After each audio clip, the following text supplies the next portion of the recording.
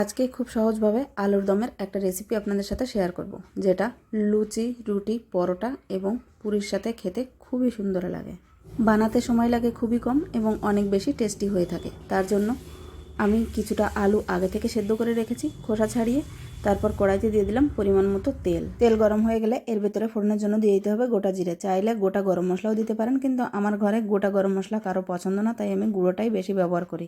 এরপরে দিয়ে দিলাম পেঁয়াজ কুচি, সাথে দিয়ে দিলাম গ্রেট করে রাখা আদা, রসুন এবং কাঁচা লঙ্কা কুচি। সব কিছুকে একটু নাড়িয়ে নেওয়ার পর একে একে সমস্ত প্রকারের গুঁড়ো মশলা এবং লবণ, হলুদ সব কিছু দিয়ে আবারও মশলাটাকে বেশ ভালোভাবে কষিয়ে নিলাম। তারপর এর ভেতরে দিয়ে দিচ্ছি টমেটো পেস্ট। টমেটো পেস্টের সাথে সমস্ত মশলা আবারও কষিয়ে নেওয়ার পর আগে থেকে সেদ্ধ করে রাখা আলুগুলো দিয়ে দিলাম। গ্যাসের ফ্লেমটা লোতে রেখে সমস্ত মশলার সাথে আলুটাকে বেশ ভালোভাবে কষিয়ে নিতে হবে। তারপর দিয়ে দেবো পরিমাণ মতো গরম জল। একটু নাড়িয়ে সব কিছু মিলিয়ে নেওয়ার পর ঢাকা চাপা দিয়ে রান্না করে নিতে হবে 8-10 মিনিট, অথবা আলুগুলো যতক্ষণ না পর্যন্ত 100% কুক হয়ে যাচ্ছে। ঢাকনাটা খুলে আবারও একবার সবজিটাকে দেখে নিতে হবে। তারপর এর ভেতরে দিয়ে দেবো পরিমাণ মতো ঘি, একটু গরম মশলা পাউডার এবং বেশ কিছুটা পরিমাণ ধনেপাতা কুচি। সব কিছুকে মিলিয়ে নিলেই রেডি হয়ে গেল আমাদের রুটি, লুচি, পরোটা অথবা কচুরির সাথে খাওয়ার জন্য আলুর দম।